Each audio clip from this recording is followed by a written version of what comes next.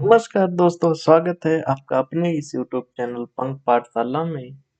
दोस्तों, जब आपके पास कोई आर्थिक सपोर्ट नहीं हो, आपके पास पूंजी नहीं हो, तो सिर्फ एक ही चीज आपकी मदद करती है, वो है आपकी मेहनत।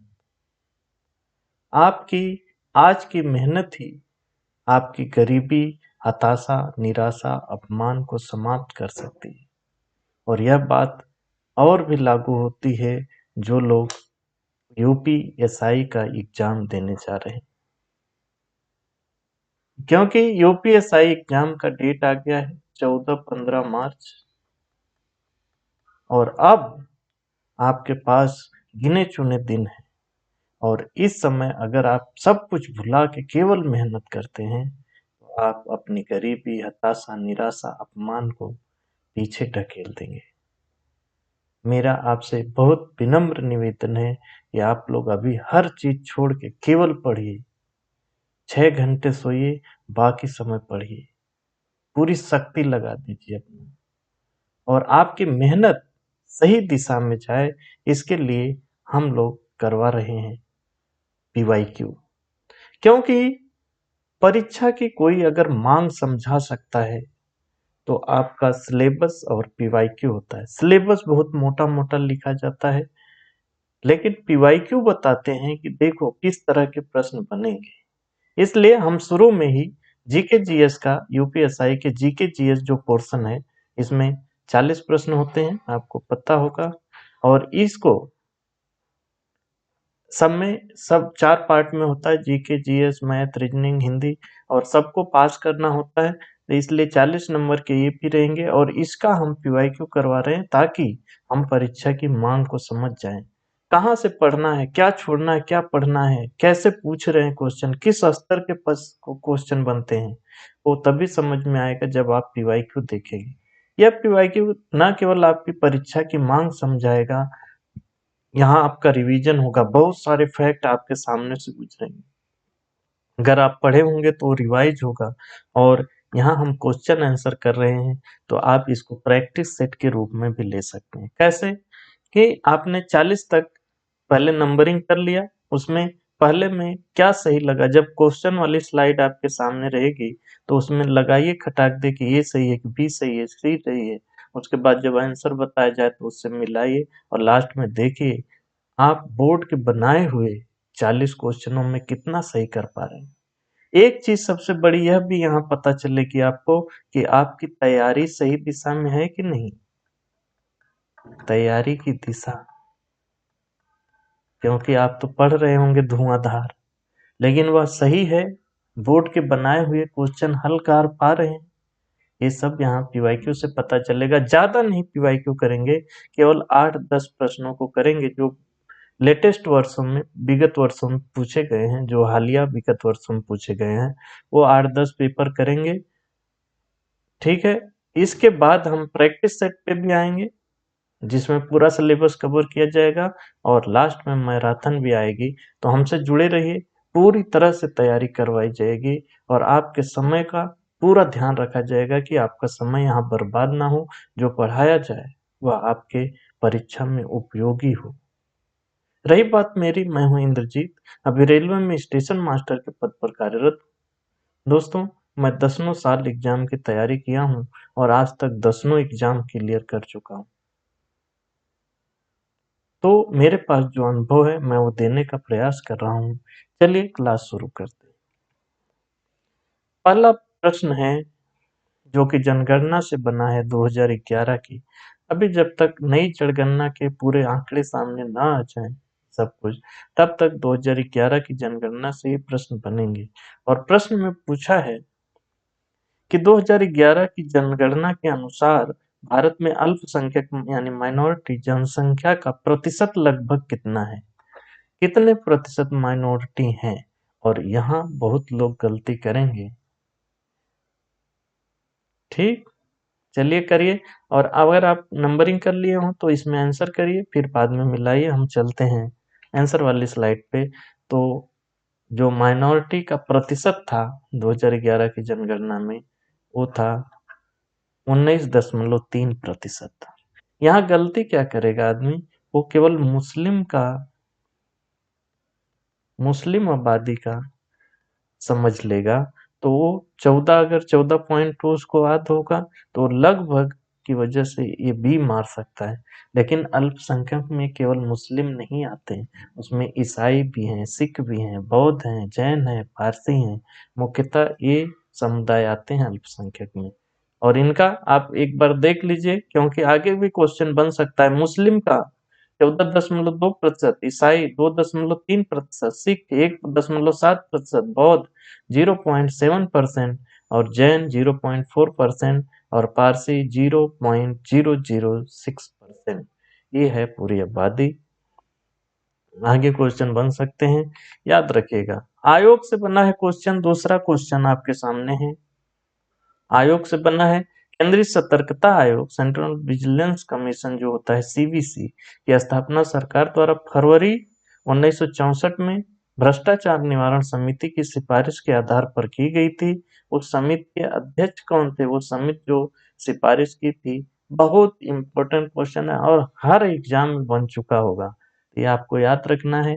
क्या होगा? ए में माधव गाडगिल, बी में के संथानम, सी में है के कस्तूरी रंजन, डी में अशोक मेहता। कौन सा सही है बताइए? और इसमें सही होगा बी, के संथानम। बहुत ध्यान से याद रखिए, ये पूछता है और हर एग्जाम में पूछा होगा। ये बहुत फेवरेट क्वेश्चन है सभी का। तो जो अपनी सीवीसी है, उसके जो के संथानम समिति थी, उसके सिफारिश पर इसकी स्थापना 1964 में हुई। 64 में सीवीसी की स्थापना हुई। इसको वैधानिक दर्जा 2003 में मिला। इसमें एक अध्यक्ष और अधिकतम 2 सतर्कता आयुक्त हो सकते हैं। ठीक, 2 हो सकते हैं, यानी बहुसदस्यीय संस्था है। इसकी नियुक्ति जो करता है राष्ट्रपति करते हैं, और एक समिति है उसकी सिफारिश पर। उस समिति में ध्यान रखिएगा, इस पे भी क्वेश्चन बनते हैं। प्रधानमंत्री, गृह मंत्री और विपक्ष के नेता 3 लोग होते हैं। ये लोग सिफारिश करते हैं जिसकी, उसकी नियुक्ति राष्ट्रपति करते हैं। इनका कार्यकाल जो होता है 4 वर्ष या 65 वर्ष, जो पहले पूरा हो वो कार्यकाल रहता है। बाकी माधव गाडगिल का बहुत बड़ा नाम है। गाडगिल आयोग बना था, जो पश्चिमी घाट के अध्ययन के लिए बनाया गया था, तो ये भी बहुत पूछता है। के कस्तूरी रंजन राष्ट्रीय शिक्षा नीति हमारे 2020 वाली जो लागू है, वो इसकी अध्यक्षता यही कर रहे थे। और अशोक मेहता का नाम आप सुने होंगे। अशोक मेहता समिति, पंचायत समितियां जो 4 गठित हुई थी, उसमें से एक थी अशोक मेहता समिति, जिसकी स्थापना जनता पार्टी की सरकार ने 1977 में किया था। तो ये सारे फैक्ट आपके सामने से गुजर रहे हैं, और आपको ये पता चल रहा है कि जो आयोग से क्वेश्चन बना है, तो ज्यादा ध्यान, जो फैक्ट आ जाएं अपने सामने वो तो अच्छी बात है, याद हो जाएंगे, रिवाइज हो जाएंगे। लेकिन मूल बात ध्यान देना, जो 8-10 सेट हम लोग करेंगे प्रैक्टिस सेट पीवाईक्यू के, उसमें आपको ध्यान देना है कि कहाँ से बने हैं क्वेश्चन, कैसे बने हैं क्वेश्चन। ठीक।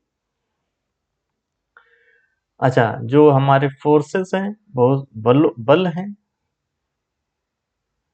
जो सशस्त्र पुलिस बल हैं, या जो भी फोर्सेस हैं हमारी, उनके बारे में भी आपको नॉलेज होना चाहिए। क्यों? क्योंकि तीसरा प्रश्न देखिए क्या बना है। केंद्रीय सशस्त्र पुलिस बल जो सीआरपीएफ है, उसका फुल फॉर्म क्या होगा सीआरपीएफ का? तो ऐसे और भी फोर्सेस हैं हमारे, तो उन सबको याद रखना होगा। यहाँ से ये पता चलता है। फुल फॉर्म बताइए, फिर आगे बढ़िए। और इसमें सही आंसर होगा सी, सेंट्रल रिजर्व पुलिस फोर्स। तो ऐसे फुल फॉर्म भी हमें याद रखने होंगे। अच्छा, दर्शन से भी 1-2 क्वेश्चन बने थे, ये मुझे बहुत अच्छा लगा। अगर आप क्वेश्चन नहीं देखेंगे तो नहीं समझ पाएंगे कि प्रश्न यहाँ से भी बनते हैं। इसीलिए पीवाईक्यू देखना जरूरी होता है। अभी समय था इसलिए मैं 8-10 सेट पीवाईक्यू का करवा दूंगा। उसके बाद तो प्रैक्टिस सेट और महाराथन यही सब चलेंगी। वह कौन सा मनोवैज्ञानिक सिद्धांत है जिसके अनुसार सभी मानवीय क्रियाएं अंततः सुख प्राप्त करने और पीड़ा से बचने की इच्छा से प्रेरित होती हैं? अंततः सुख प्राप्त करना है और पीड़ा से बचना है, किस दर्शन में ऐसा है? ए सुखवाद, दूसरा तर्कवाद, तीसरा शून्यवाद, और डी में है पूर्वजता। कौन सा है? एटाविज्म, और इसमें सही होगा सुखवाद। ठीक है, तो हमारे जो दर्शन हैं, जितने वाद हैं, दर्शन के रूप हैं, उन सबको भी थोड़ा पढ़ना होगा।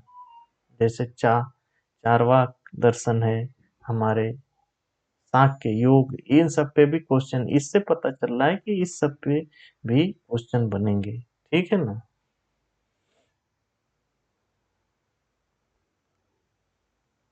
पांचवा प्रश्न आपके सामने है, पढ़िए। ये भी दर्शन से है। संस्कृति, देखो एक लाइन होती है कि उत्तर प्रदेश की या भारत की संस्कृति का ज्ञान।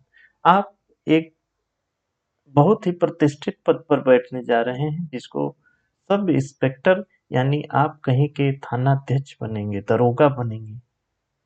आपको वहाँ के लोगों की संस्कृति के बारे में, वहाँ की मान्यताओं के बारे में पता होना चाहिए ना।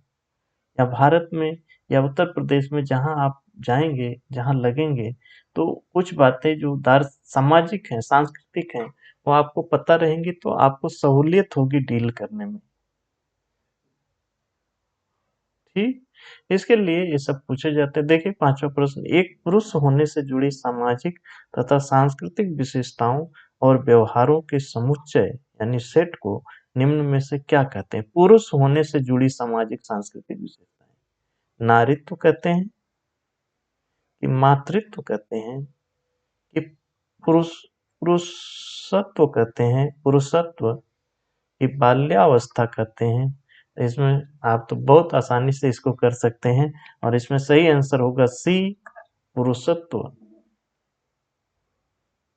ठीक, पुरुषत्व उसको कहते हैं जो पुरुष होने से जुड़ी सामाजिक और सांस्कृतिक विशेषताओं और व्यवहारों का समुच्चय है, उसको पुरुषत्व कहते हैं। ऐसे क्वेश्चन बन रहे हैं, ये सब पता चलता है पीवाईक्यू से। निम्नलिखित में से कौन सा अपराध अब दंडनीय अपराध नहीं है, क्योंकि सर्वोच्च न्यायालय ने भारतीय दंड संहिता जो आईपीसी की धारा 497 को निरस्त कर दिया। क्वेश्चन कहाँ से बना है? आईपीसी जो हमारी है, सीआरपीसी है, अभी उसकी जगह बीएनएस हो गया है, भारतीय न्याय संहिता, और सीआरपीसी की जगह बीएनएसएस हो गया है, भारतीय नागरिक सुरक्षा संहिता। और इस पे हमारी एक क्लास आई है, आप जाकर जरूर देखिएगा। लिंक डिस्क्रिप्शन बॉक्स में है, या अलग से उसकी प्ले लिस्ट भी बनी है। ठीक है, तो वहां जाकर आप देख लीजिएगा, ये क्लास बहुत इंपॉर्टेंट है। अच्छा, उसमें बहुत स्पष्ट बताया गया है मेरी उस क्लास में ही, कि आईपीसी की जो धारा थी 497 किससे संबंधित थी, और उसे अब बीएनएस में नहीं शामिल किया गया है। ठीक, तो बताइए आप, इसमें ए व्यभिचार, बी घूसखोरी, और सी डकैती, या डी छोटी चोरी, कौन सा सही होगा? और इसमें सही आंसर है ए व्यभिचार। जो एडल्ट्री है उसको समाप्त कर दिया गया है बीएनएस में। बीएनएस में इसको शामिल नहीं किया गया है, भारतीय नागरिक संहिता संहिता और यह आईपीसी की धारा 497 थी, ये याद रखना, ये आगे भी पूछेगा। अच्छा, अनुच्छेद से बने हैं दो तीन क्वेश्चन एक सेट में आपको दिखेंगे ही दिखे, दो तीन चार क्वेश्चन, और अनुच्छेद पे सभी अनुच्छेद, वो भी विस्तार से, विस्तार से सारे इंपॉर्टेंट पॉइंटों को कवर करते हुए हमारी 3.5 या 4 घंटे की क्लास है। वन शॉट में लिंक डिस्क्रिप्शन में दे दूंगा। सभी अनुच्छेद, सभी मतलब सभी, एक भी छोड़ा नहीं गया है। ये वीडियो आप फास्ट मोड में कर लेना, 2.0x कर लेना, 2 गुनी बढ़ा देना, या 1.5 कर लेना, और उसको एक ध्यान लगाकर सरसरी निगाह से देखते जाओ, और फिर समय मिले तो उसका एक सरसरी निगाह से, सरसरी तरीके से शॉर्ट नोट बना सको तो बना लो, या हमारा पीडीएफ कहोगे तो पीडीएफ टेलीग्राम चैनल पर डली थी, और आप अगर नहीं जुड़े थे तो जुड़ के मुझे मैसेज कर देना कि पीडीएफ चाहिए, वो मैं डाल दूंगा। ठीक है, आपको बस पढ़ना है, मटेरियल बहुत सारे मिलेंगे आपको। भारतीय संविधान का अनुच्छेद 326 किससे संबंधित है? बताइए। ए, चुनाव आयोग का गठन। बी, विवादों के निपटारे हेतु न्यायाधिकरण का गठन। सी, वयस्क मताधिकार के आधार पर लोकसभा और राज्य विधानसभाओं के निर्वाचन की बात है। या डी, वित्त आयोग का गठन।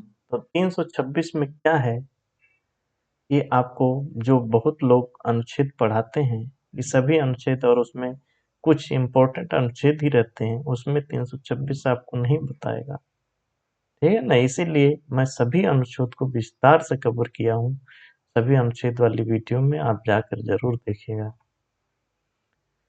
तो इसमें सही आंसर होगा सी, वयस्क मताधिकार के आधार पर लोकसभा और राज्य विधानसभाओं के निर्वाचन से संबंधित है अनुच्छेद 326। आजा, तो 300, अरे चुनाव आयोग का गठन किसमें है, 324 में। विवादों के निपटारे हेतु न्यायाधिकरण का गठन 323 ए, 323 बी। 323 ए है प्रशासनिक न्यायाधिकरण वाला, और 323 बी है अन्य और कोई भी न्यायाधिकरण वो इसके तहत होता है। अब वित्त आयोग का गठन बहुत फेवरेट क्वेश्चन है सबका, ये है 280। ठीक, आगे बढ़ते हैं। यानी अनुच्छेद से बने क्वेश्चन। 8वां प्रश्न है आपके सामने, मौलिक अधिकार से बना है। मौलिक अधिकार कभी आपका पीछा नहीं छोड़ेगा। नीति निर्देशक तो कभी आपका पीछा नहीं छोड़ेंगे। प्रस्तावना कभी पीछा नहीं छोड़ेगी। अनुच्छेद कभी नहीं। तो ऐसे टॉपिक कवर कर लो ना अच्छे से, और हम सब कवर करवाए हैं, ठीक है, और करवाएंगे भी। सारी वीडियो आएंगी, आपके लिए जरूरी वीडियो जितनी भी हो सकती है सब आएंगी, और सबकी पीडीएफ आपको दी जाएगी। निम्नलिखित में से कौन सा मौलिक अधिकार सार्वजनिक व्यवस्था, नैतिकता या स्वास्थ्य के अधीन है और भारतीय संविधान के भाग 3 के अन्य प्रावधानों के अधीन भी है? ठीक, जिसपे सार्वजनिक व्यवस्था, नैतिकता और स्वास्थ्य के आधार पर युक्त युक्त प्रतिबंधन लगाया जा सकता है, वह कौन सा है? इसमें से ए, मानव तस्करी और जबरन श्रम का निषेध। बी, अंतःकरण की स्वतंत्रता तथा धर्म को स्वतंत्र रूप से मानने, आचरण करने और प्रचार करने का अधिकार। सी, कुछ मामलों में गिरफ्तारी और निरोध के विरुद्ध संरक्षण। डी, धार्मिक मामलों का प्रबंधन करने की स्वतंत्रता। किससे संबंधित है जो ये 3 शब्द आते हैं युक्त युक्त प्रतिबंधन में? सार्वजनिक व्यवस्था, नैतिकता और स्वास्थ्य। देखो, मौलिक अधिकार अगर खाली आप अनुच्छेद पढ़ के आ गए कि ये इसमें है, ये इसमें है, ये उसके अंदर से बना है क्वेश्चन, तो मौलिक अधिकार को गहराई से भी पढ़ना पड़ेगा। ये कैसे पता चल रहा है? जब आप पीवाईक्यू देख रहे हैं, ये थोड़ा गहराई में भी उतरने होंगे जो इम्पोर्टेंट टॉपिक है। इसमें सही आंसर है बी, जो हमारा अंतःकरण की स्वतंत्रता तथा धर्म को स्वतंत्र रूप से मानने, आचरण करने और प्रचार करने का अधिकार है। अनुच्छेद 25 में, अनुच्छेद 25 में यह अधिकार है। इस पे युक्त युक्त प्रतिबंधन लगाए जा सकते हैं। किस आधार पर? सार्वजनिक व्यवस्था, नैतिकता और स्वास्थ्य, इसके अधीन ही मिलते हैं ये। ठीक है ना, ये एकदम आपको पूरी तरह से स्वतंत्र नहीं मिल रहे हैं, ये इनके अधीन होते हैं। अच्छा चलिए, मानव तस्करी और जबरन श्रम का निषेध किसमें है?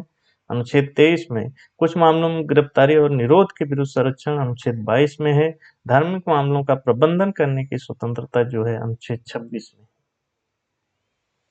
आगे 9वां प्रश्न है, किससे बना है? आयोग से। आयोग से बहुत सारे क्वेश्चन बने हैं, तो आपको सारे आयोग जितने भी हो सकते हैं, संवैधानिक, गैर संवैधानिक, विधि यानी वैधानिक, जितने भी तरह के हो सकते हैं वो सब आयोग पढ़ के जाना है। संविधान के कार्यकलापों की समीक्षा के लिए सरकार के प्रस्ताव द्वारा गठित राष्ट्रीय आयोग, जिसको NCRWC भी कहते हैं, NCRWC की स्थापना किस वर्ष की गई थी? संविधान के कार्यकलापों की समीक्षा के लिए अटल बिहारी वाजपेयी जी थे उस समय, उससे आप पकड़ लीजिए। राष्ट्रीय आयोग, national commission for review the working of the constitution, तो 2001 में, 2000 में, 2001 में, 2003 में, 1999 में, किस वर्ष इसकी स्थापना हुई थी? इस प्रश्न से यह भी साफ हो जाता है आपको, जैसे मंडल आयोग हो गया, ऐसे और भी जो आयोग हैं इम्पोर्टेंट, वो सब पता होना चाहिए। इसमें सही आंसर होगा ये 2000 में 22 फरवरी को इसका गठन हुआ था, और इसमें जो अध्यक्ष थे वो न्यायमूर्ति एम.एन. वेंकटचलैया थे। ये भी पूछता है, बहुत पूछता है। ये 2002 में अपनी रिपोर्ट सौंपा था ये आयोग, ठीक है ना, तो याद रखना। अच्छा, वेंकटचलैया जी का नाम याद रखना, ये पूछता है। 10वां प्रश्न है आपके सामने, कंप्यूटर स्रोत दस्तावेज यानी कंप्यूटर सोर्स डॉक्यूमेंट के साथ छेड़छाड़ करने का अपराध किस प्रकार का अपराध है? अपराध जो कई तरह के अपराध होते हैं, संज्ञेय, असंज्ञेय, जमानती, गैर जमानती, इन सब पे क्वेश्चन बनते हैं। और कई तरह के अपराध जो हैं, अपराधों की परिभाषाएं जो दी गई हैं बीएनएस में, कितने तरह के अपराध हो सकते हैं, वो सब पे क्वेश्चन बनेंगे इसमें, सब इंस्पेक्टर में लिख जाएंगे। तो इसमें देखिए, ए में है संज्ञेय और जमानती, बी में है संज्ञेय और जमान, असंज्ञेय पहले में था, असंज्ञेय और जमानती, बी में है संज्ञेय और जमानती, सी में है असंज्ञेय और गैर जमानती, और डी में है संज्ञेय और गैर जमानती। और इसमें सही आंसर होगा डी, यहाँ डी सही करना, ये वाला संज्ञेय और गैर जमानती। अक्सर जो भी अपराध संज्ञेय होते हैं वो गैर जमानती होते हैं अक्सर, ऐसा हमेशा सत्य नहीं होता, लेकिन इसको बड़ा अपराध माना गया है, इसलिए संज्ञेय, इसकी संज्ञेय तरह के अपराध हैं ये। सूचना प्रौद्योगिकी जो आईटी एक्ट हमारा 2000 है, उसकी धारा 2000 का है, उसकी धारा 65 से जुड़ा है। 3 साल का कारावास, 2 लाख जुर्माना या दोनों हो सकता है। संज्ञेय का मतलब क्या होता है कि पुलिस बिना वारंट के गिरफ्तार और जांच कर सकती है, आपको बिना वारंट के गिरफ्तार कर सकती है और जांच शुरू कर सकती है। ये संज्ञेय टाइप के अपराध में ऐसा होता है, इसको बहुत गंभीर माना जाता है, तब ऐसा रहता है। अच्छा, जमानती का मतलब क्या है? जमानत का अधिकार आपको है, आपको जमानत मिल जाएगी। और गैर जमानती क्या होता है कि अदालत के विवेक पर निर्भर करेगा कि आपको जमानत मिलेगी कि नहीं। और यह जो अपराध है कंप्यूटर स्रोत दस्तावेजों के साथ जो छेड़छाड़ करने का अपराध है, वह संज्ञेय और गैर जमानती, यानी अदालत तय करेगी कि आपको जमानत दें कि नहीं दें। और संज्ञेय है यानी पुलिस बिना वारंट के आपको गिरफ्तार कर सकती है, जांच शुरू कर सकती है। ठीक, आगे 11वां प्रश्न है आपके सामने, निचली अदालतों से बने हैं। अच्छा, मैं देख रहा हूं कि निचली अदालतों के प्रश्न ज्यादा बनते हैं, तो उनको अच्छे से कवर करिए। किसी राज्य में जिला न्यायाधीश, डिस्ट्रिक्ट जज की नियुक्ति, पदस्थापना, पदस्थापन तथा प्रोन्नति, प्रोन्नति जो प्रमोशन है किसके द्वारा होता है? नियुक्ति, पदस्थापना और प्रोन्नति किसके द्वारा की जाती है? जिला न्यायाधीश की। ए है राज्यपाल द्वारा उच्च न्यायालय के परामर्श करके, बी है राष्ट्रपति द्वारा राज्यपाल और उच्च न्यायालय के मुख्य न्यायाधीश के से परामर्श करके, सी में है राष्ट्रपति द्वारा कोलेजियम से परामर्श करके, या डी है उस राज्य के उच्च न्यायालय के मुख्य न्यायाधीश द्वारा राज्यपाल से परामर्श करके। देखिए, इतना आसान क्वेश्चन नहीं है और पूरा फंसाने का प्रयास किया है, लेकिन इसमें सही आंसर होगा ए, राज्यपाल द्वारा उच्च न्यायालय से परामर्श करके ऐसी चीजें की जाती हैं। जिला न्यायाधीश की नियुक्ति हुई, पदस्थापना हुआ, पदोन्नति हुई, ये सब राज्यपाल के द्वारा होता है और उच्च न्यायालय से परामर्श करके होता है।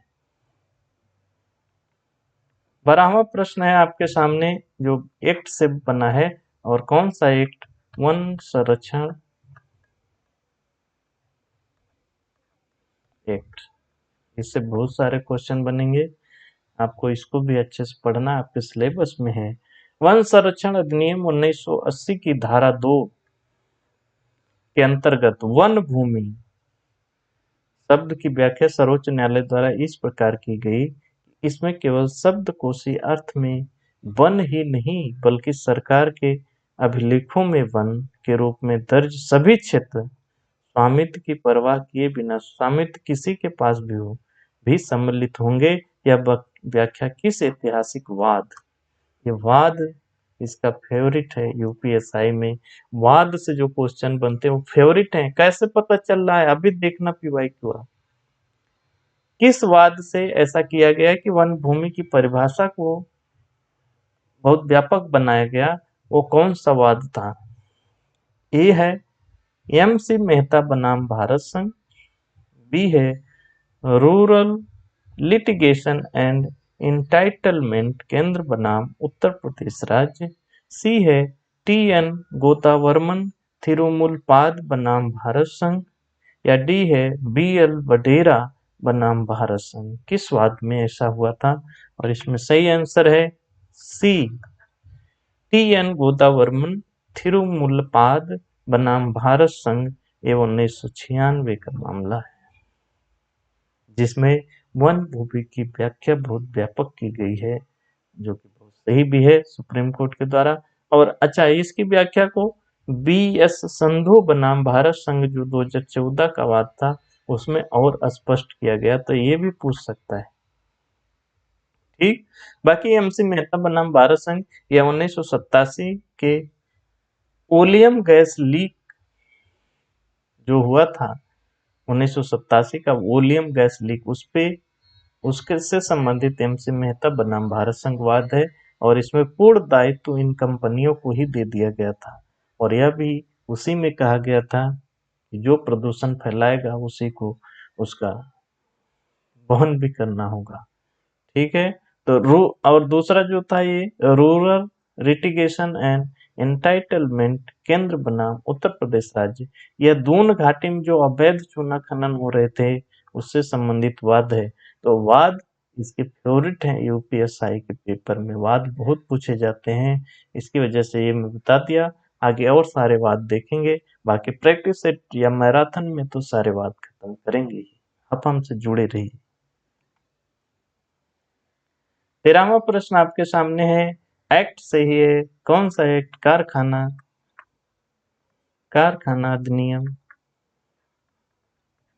ठीक, कारखाना अधिनियम 1948 के अनुसार 6 वर्ष से कम आयु के बच्चों के लिए उपयोग के लिए शिशु गृह क्रेच की व्यवस्था प्रत्येक ऐसे कारखानों में अनिवार्य है जहां सामान्यतः कितने से अधिक महिलाएं श्रमिक नियोजित हों। यानी कितनी संख्या से अधिक महिला होंगी तो वहां जो शिशु गृह है वो होना चाहिए।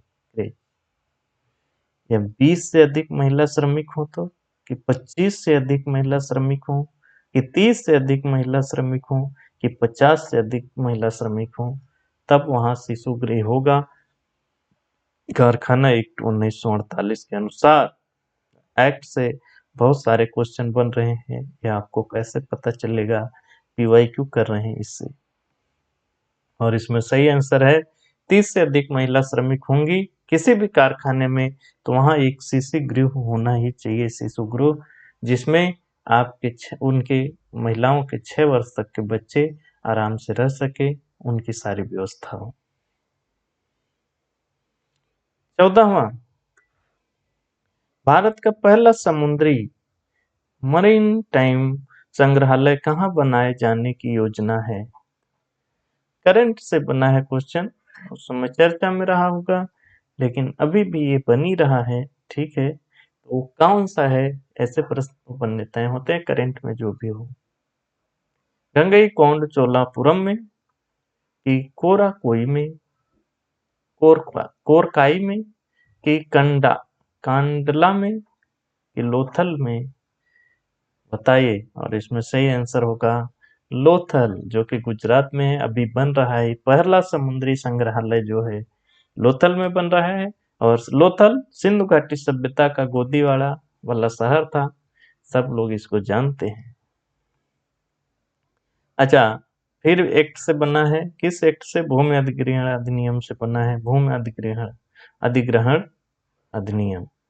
तो 15वां प्रश्न है, भूमि अधिग्रहण, पुनर्वास और पुनर्स्थापन में उचित मुआवजा और पारदर्शिता का अधिकार अधिनियम 2013, इतना बड़ा नाम है, के अंतर्गत यदि किसी विशेष भूमि को सार्वजनिक उद्देश्य के लिए आवश्यक घोषित किया जाने के बाद पुनर्वास एवं पुनर्स्थापना योजना का सारांश प्रारंभिक अधिसूचना की तिथि से कितने समय के भीतर प्रकाशित नहीं किया जाता है तो ऐसी अधिसूचनाएं निरस्त या रद्द मानी जाएंगी।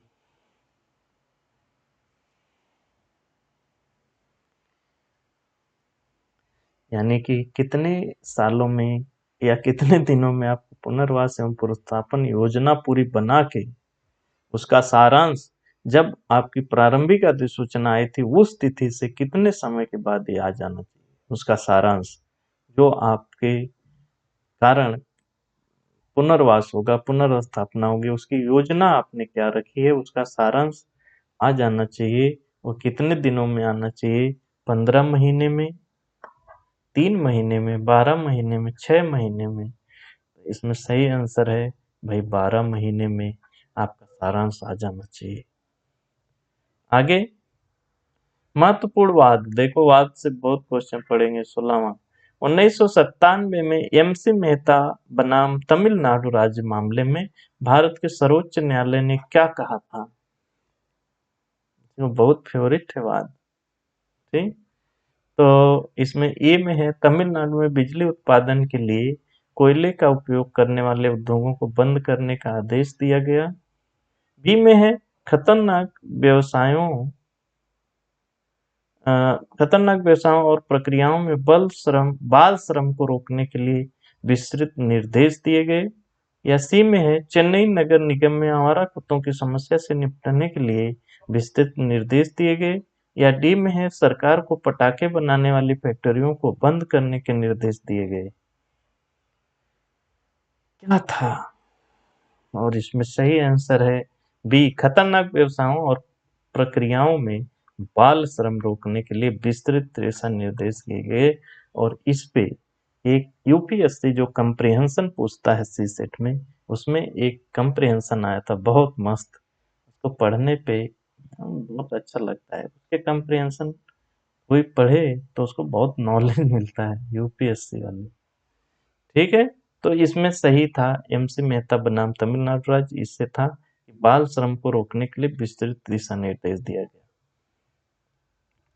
आगे 17वां प्रश्न है, कल्याणकारी राज्य, जो हम भारत को बनाया गया है कि भारत एक कल्याणकारी राज्य है, जो हमें पता चलता है किससे? डीपीएसपी से, जो भारत के नीति निर्देशक सिद्धांत है, राज्य के नीति निर्देशक सिद्धांत, उसमें हम बताया गया है कि भारत एक कल्याणकारी राज्य है। इसको स्थापित करने से अगर आप कोई सरकार मुंह फेरेगी तो गलत है। ठीक, इससे संबंधित एक वाद था।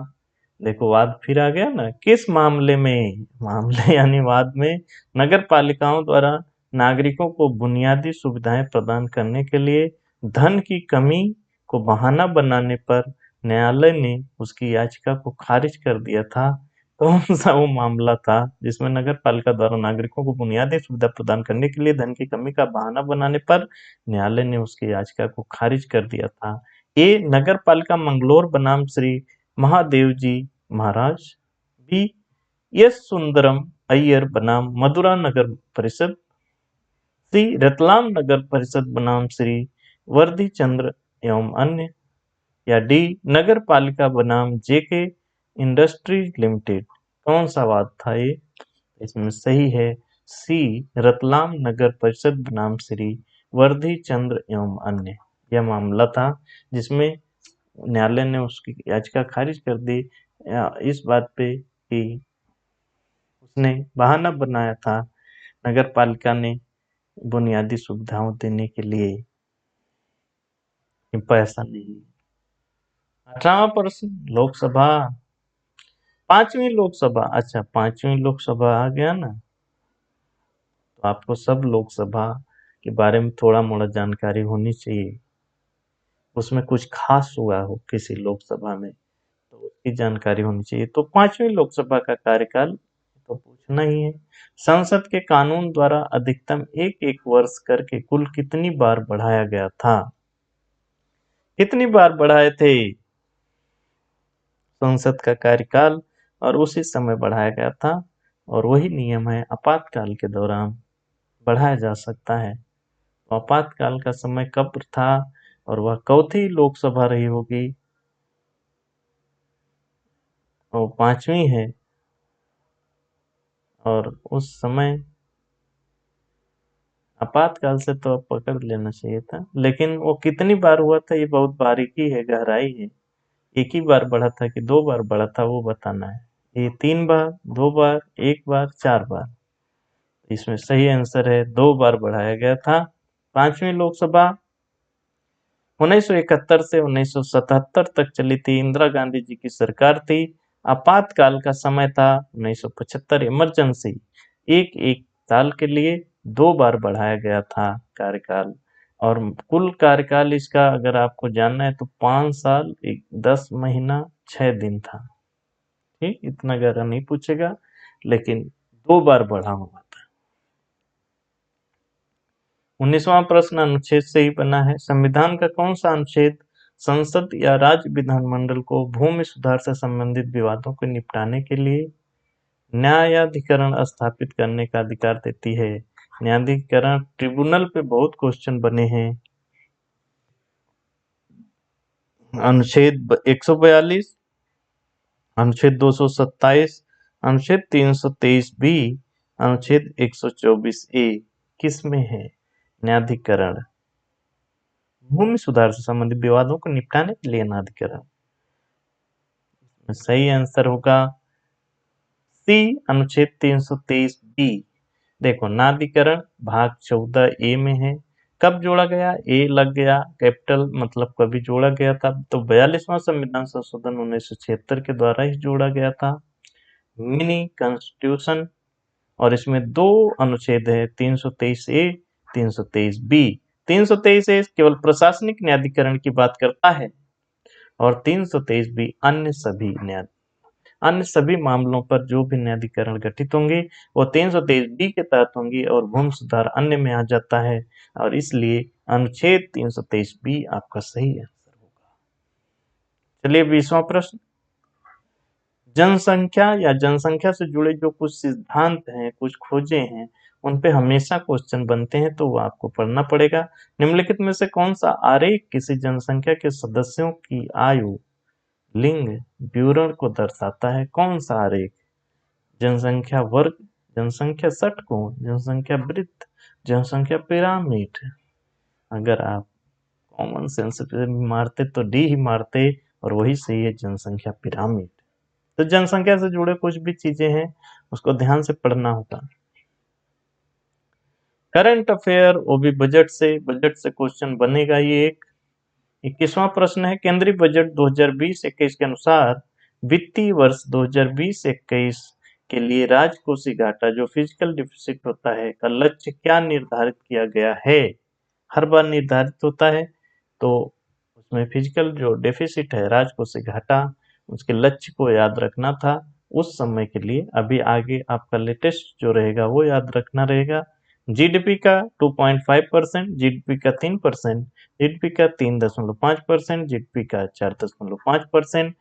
तो ये आंसर देना कोई जरूरी नहीं है, लेकिन इससे आपको यह सीखना है कि जो अंतिम बजट आया था उसमें क्या क्या की पॉइंट हैं, राजकोषीय घाटे को लेकर और भी चीजों को लेकर जितने की पॉइंट हो सकते हैं वो आपको देख के जाना होगा। वहां से क्वेश्चन बन सकता है, क्योंकि पहले ऐसे क्वेश्चन बने हैं।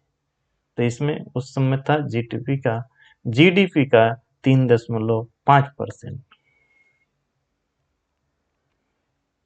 22वां प्रश्न है, राज्यसभा और धन विधेयक से संबंधित है। राज्यसभा का धन विधेयक पर बहुत कम ही अधिकार आता है, इसलिए इसको ऐसा क्वेश्चन बनते हैं। धन विधेयक के संबंध में राज्यसभा अधिकतम कितने समय तक विधेयक को रोक सकती है? 6 महीने, 14 दिन, 6 सप्ताह, 1 माह। आप सभी लोग रट लिए होंगे और इसमें है 14 दिन तक ही केवल उसको रोक पाती है, नहीं तो स्वतः ही लोकसभा मान लेती है कि वह पास हो गया। भले वह कुछ करे चाहे नहीं। इसलिए धन विधेयक और राज्यसभा का रोल बहुत कम हो जाता है। 23वां प्रश्न फिर वाद से जुड़ा है। वाद, सुप्रीम कोर्ट में जितने महत्वपूर्ण वाद हैं, आपको रट के घोंट के पी के जाना है। सूचना प्रौद्योगिकी अधिनियम 2000, जो आईटी एक्ट 2000 का है, धारा 66 ए को असंवैधानिक घोषित कर निरस्त करने का निर्णय भारत के सर्वोच्च न्यायालय ने किस मामले में दिया था? 66 को समाप्त कर दिया गया था, असंवैधानिक घोषित कर दिया गया था, क्योंकि सुप्रीम कोर्ट ने बोला था सूचना का आदान प्रदान नागरिकों का मौलिक अधिकार है। तो 66 आप नहीं लगा सकते। वो कौन सा मामला था? ये श्रेया सिंघल मामला, चंबकम दोराई राजन मामला, सरला मुदगल मामला, इंदिरा साहनी मामला, कौन सा मामला था?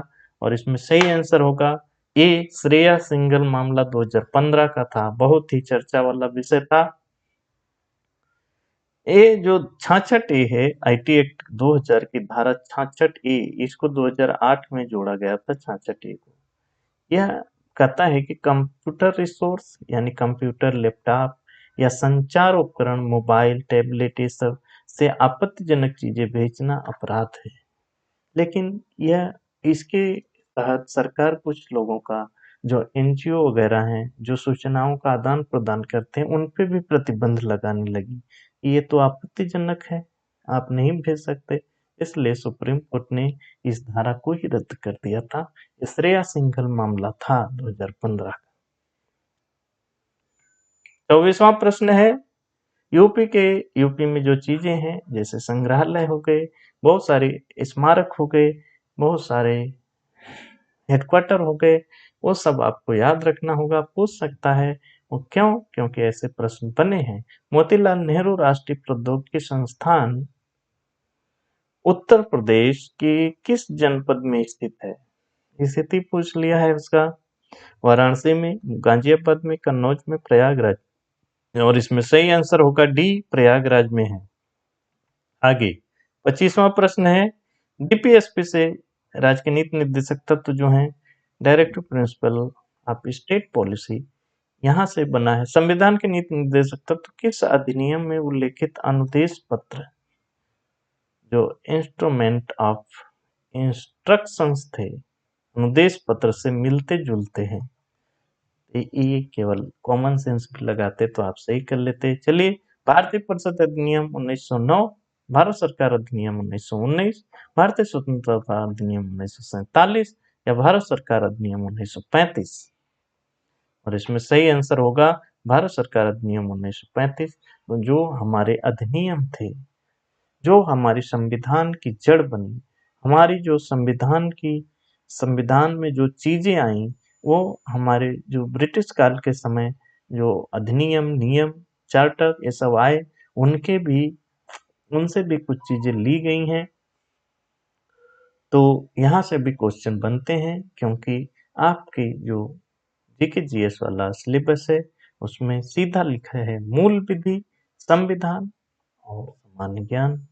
ठीक है, तो इसमें मूल विधि और संविधान ये सब बहुत जरूरी हो जाता है, और उसके अंश भारत जो ब्रिटिश कालीन अधिनियम थे, नियम थे, उनमें भी हैं।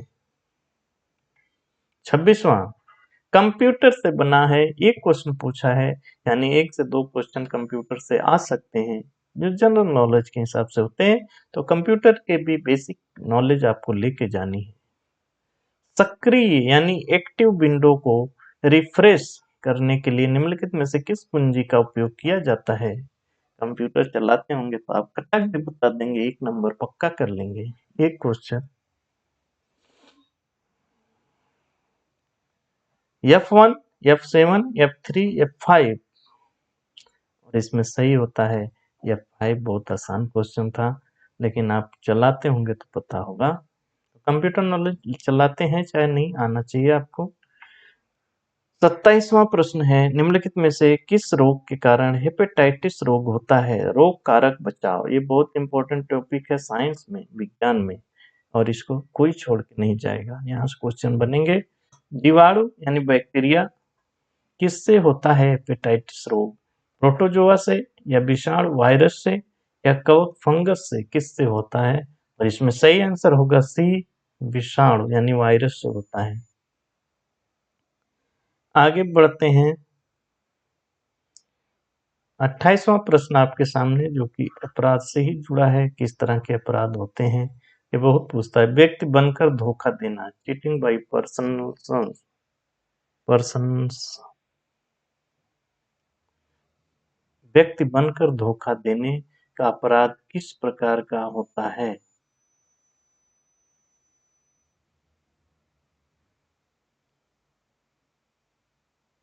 ये असंज्ञेय और गैर जमानती, संज्ञेय और जमानती, संज्ञेय और गैर जमानती, असंज्ञेय और जमानती। इसमें सही आंसर होगा बी, नहीं, सी। ये संज्ञेय और गैर जमानती है।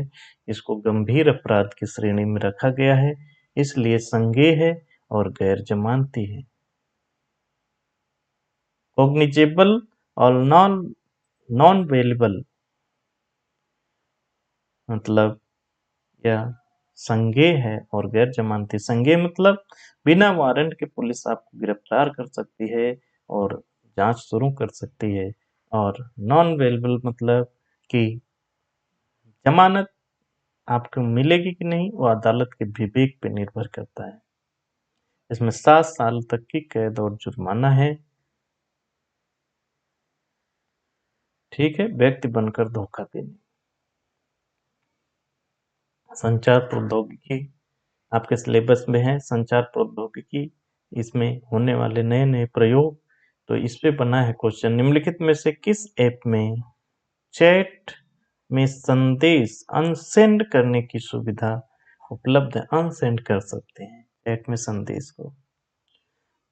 लिंक्डइन पे, एमर पे, ट्विटर पे, या इंस्टाग्राम पे? किस पे है? और इसमें सही आंसर है डी, इंस्टाग्राम पे। यह सुविधा तो नई नई जो तकनीकी आ रही है संचार प्रौद्योगिकी में, उसको आपको जानना चाहिए। 30वां प्रश्न है, सार्वजनिक क्षेत्र के उपक्रम यानी पीएसयू से संबंधित है। भारतीय इस्पात प्राधिकरण जो सेल है limited, steel authority of India limited किस वर्ष में निगमित इनकॉर्पोरेटेड किया गया था?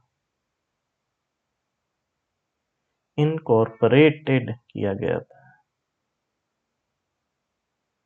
निगमित किया गया था, किस वर्ष स्थापित किया गया था व्यवस्थित रूप से?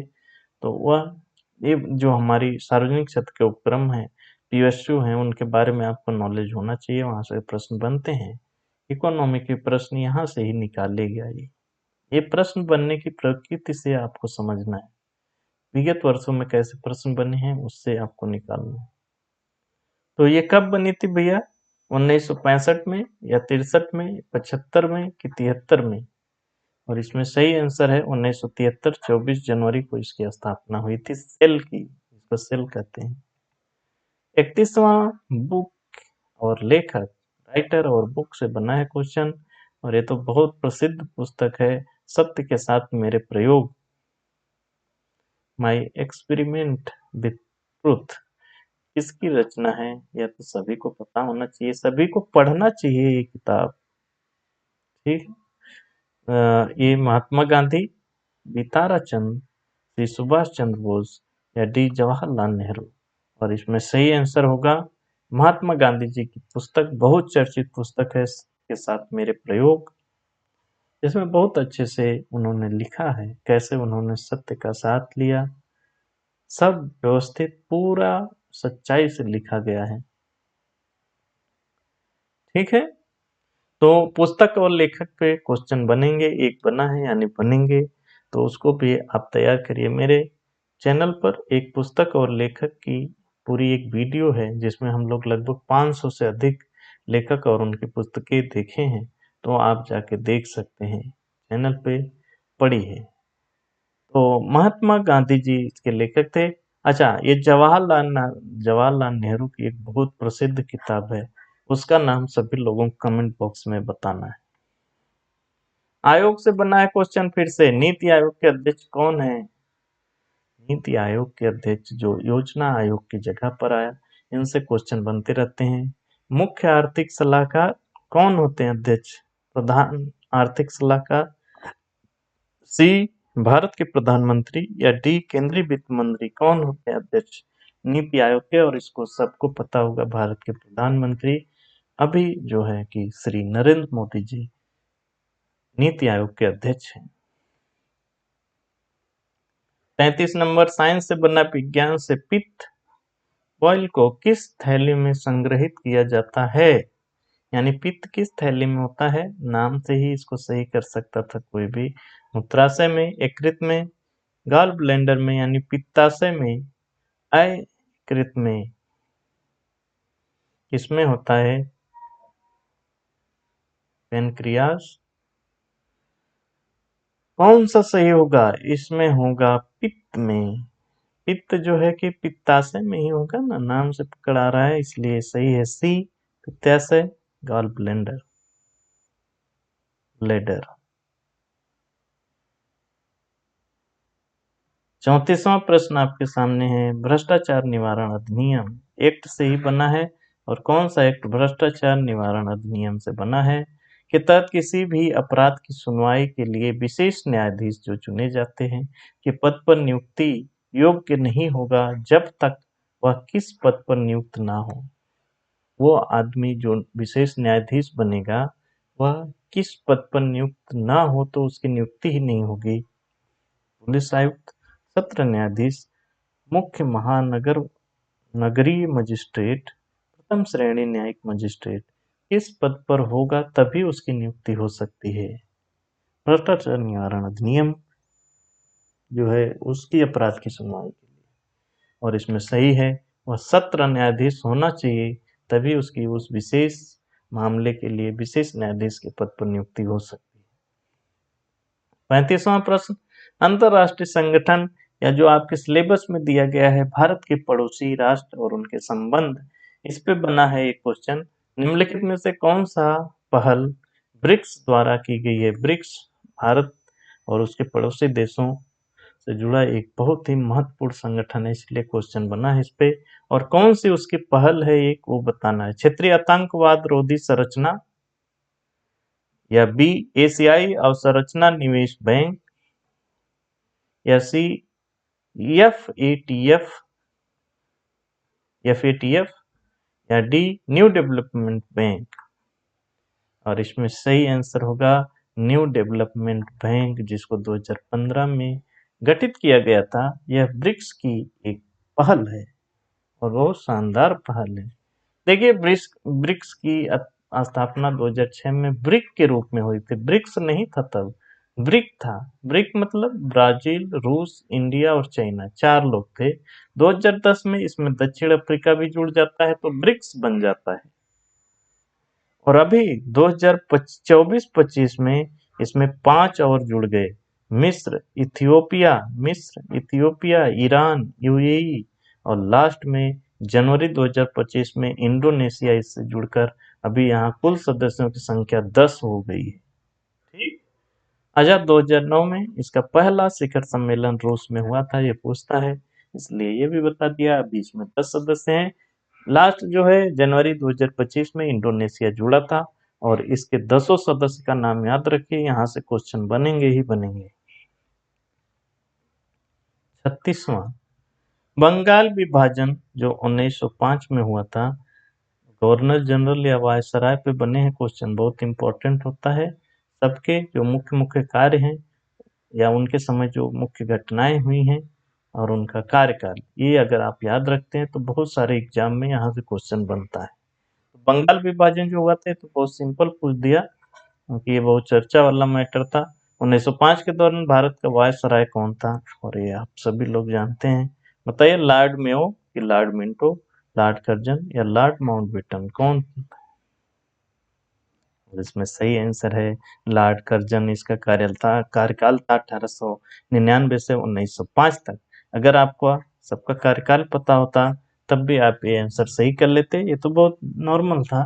ठीक है, आगे 37वां प्रश्न है, 74वें संविधान संशोधन अधिनियम 1992 द्वारा कितने अनुच्छेद जोड़े गए थे? पंच जो अपने स्थानीय निकाय हैं और इससे जुड़े जो अधिनियम है 73वां और 74वां, यहाँ से क्वेश्चन 90% चांस होता है कि यहाँ से कोई क्वेश्चन बनेगा ही, तो इसको क्यों ना आप बहुत अच्छे से कर लें। हम आपको करवाएंगे, पिछले वीडियो में जो रेलवे ग्रुप डी रिकैप में बहुत बढ़िया से करवाया भी गया है, फिर से हम करवाएंगे, हमसे जुड़े रहिए बस। 74वें संविधान संशोधन में जो ये जोड़ा गया था, कितने अनुच्छेद जोड़े गए, तो वो पूछ रहा है 10 अनुच्छेद, 16 अनुच्छेद, 14 अनुच्छेद, 18 अनुच्छेद, और इसमें सही आंसर होगा या 18 अनुच्छेद जुड़ा था।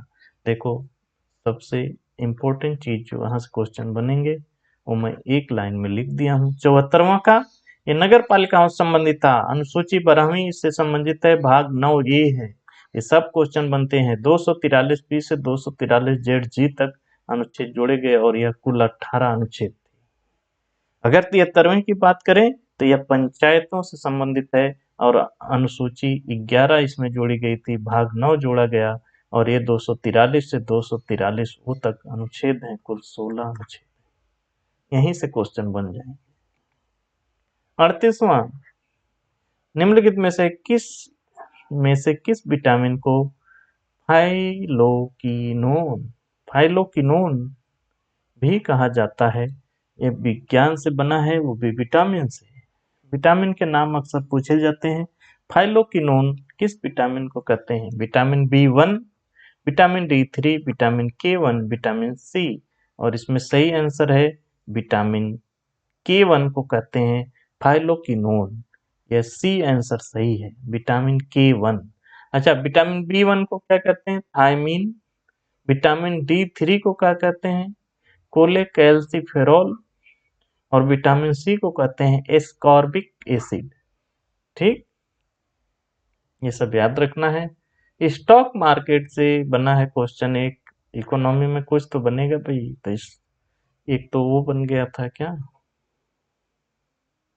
बजट से। ठीक, अभी देखो ये स्टॉक मार्केट से किस मामले में विदेशी मुद्रा की भौतिक सुपुर्दगी, फिजिकल डिलीवरी, भौतिक सुपुर्दगी की आवश्यकता होती है? किस मार्केट में भौतिक यानी फिजिकल रूप से उसको देना पड़ेगा विदेशी मुद्रा को? यह होता है वायदा बाजार में, कि स्पॉट बाजार में, विकल्प बाजार में, कि भविष्य बाजार में? Forward market, spot market, option market या फ्यूचर्स मार्केट? और इसमें सही होता है स्पॉट मार्केट में। ऐसा होता है जहां वित्तीय साधन जैसे स्टॉक, करेंसी, कमोडिटी तत्काल डिलीवरी और भुगतान के लिए खरीदे और बेचे जाते हैं, यह होती है स्पॉट मार्केट। ठीक है ना, इसे कैश मार्केट या भौतिक बाजार भी कहते हैं, इसी से आप समझ सकते हैं। आज का अंतिम प्रश्न आपके सामने, इस सेट का अंतिम प्रश्न आपके सामने है, जो कि एक्ट से ही बना है, मोटर वाहन एक्ट, जो आपके सिलेबस में है। मोटर वाहन अधिनियम 1988 के तहत जारी किया गया चालक लाइसेंस जो कानून के प्रावधानों के अधीन होगा, लाइसेंस जारी करने की तिथि से कितने समय के लिए वैध होता है? यानी जो आपका वो लर्निंग लाइसेंस होता है उसके बारे में पूछ रहा है वो। 6 महीने की अवधि के लिए, 3 महीने की अवधि के लिए, 1 वर्ष के लिए, 11 महीने की अवधि के लिए, और इसमें सही आंसर होगा, अगर आप बनवाए होंगे तो आपको पता होगा, 6 महीने की अवधि के लिए। दोस्तों, आज हम लोगों ने पहला सेट किया, ऐसे 8-10 प्रश्न सेट करेंगे। 8-10 सेट में आपको पूरा साफ हो जाएगा आपको क्या पढ़ना है, क्या छोड़ना है, किस गहराई से पढ़ना है, किस स्तर से पढ़ना है, कैसे प्रश्न बनते हैं। आपको फिर पढ़ाई हलवा लगेगी और आप सही डायरेक्शन में मेहनत कर पाएंगे। इस सीरीज का मुख्य उद्देश्य यही है कि परीक्षा की मांग को समझ जाना, कि जब एग्जामिनर आपके लिए क्वेश्चन गढ़ेगा तो किस स्तर का गढ़ेगा, आपने वही सटीकता से पढ़ के गए होंगे। प्रैक्टिस सेट, उसके बाद हम प्रैक्टिस सेट करेंगे, उसके बाद मैराथन भी आएंगे, तो आपकी पूरी तैयारी होगी। हमसे जुड़े रहिए। अभी मैथ के हम टाइप के अनुसार एक सीरीज चला रहे हैं, जिसमें हर टाइप, प्रत्येक टाइप के प्रश्न हम कवर कर रहे हैं, ताकि किसी टाइप का प्रश्न बने तो वही सूत्र, वही तरीका अपना कर आप उस क्वेश्चन को हल कर पाए। विशेष करके जिनकी मैथ थोड़ा कमजोर है, उनके लिए ये सीरीज रामबाण है, और इसमें हम डेली लगभग 20 टाइप के प्रश्न करते हैं। तो अभी 2 वीडियो इसकी आ गई है। संख्या पद्धति में हम लोग 40 टाइप के प्रश्न कर चुके हैं। आप इसे छोड़ रहे हैं तो बहुत बड़ी गलती कर रहे हैं। डिस्क्रिप्शन बॉक्स में लिंक है, अलग से यूपीएसआई मैथ रिकैप सीरीज के नाम से प्लेलिस्ट भी बड़ी है, जाकर आप लोग जरूर देखिएगा। हिंदी की पीवाईक्यू सेट की एक वीडियो आ गई है, उसको भी जाके देखिए जाके कि हिंदी के प्रश्न कैसे बन रहे हैं, कहाँ से बन रहे हैं, क्या आप उस हिसाब की तैयारी कर पा रहे हैं कि नहीं, कि बस पढ़े जा रहे हैं जो कभी पूछेगा ही नहीं। इस सब के लिए पीवाईक्यू के जो हमारे सेट अभी आ रहे हैं 10 दिन तक, उसको आप जाके जरूर देखिए। ठीक है, हिंदी के और ये जो अपने जीके जीएस के, इस सब के, और मैथ में तो हम हर टाइप कर डालेंगे, वहीं से क्वेश्चन बने वो हल ही होगा। ठीक है ना। बाकी पीडीएफ अगर आपको चाहिए तो पीडीएफ हमारे टेलीग्राम चैनल पंख पाठशाला पे डाल दी जाती है, तो वहां जाकर आप जुड़ जाइए और सारी पीडीएफ वहीं मिलती रहेगी। तो आपको पीडीएफ के लिए भटकना नहीं पड़ेगा। अब देखो, पीडीएफ जरूरी इसलिए होती है कि लास्ट में आप इतनी बड़ी वीडियो 1 घंटे की नहीं देखेंगे, आपको पीडीएफ रहेगी। पीडीएफ खोले 10 मिनट में ये सारे फैक्ट आप रिवाइज कर लेंगे। ठीक है, इसलिए पीडीएफ को फोल्डर बना के रखना चाहिए। दोस्तों, आप लोगों ने इस वीडियो को देखा, इसके लिए तहे दिल से धन्यवाद। मिलते हैं किसी और वीडियो।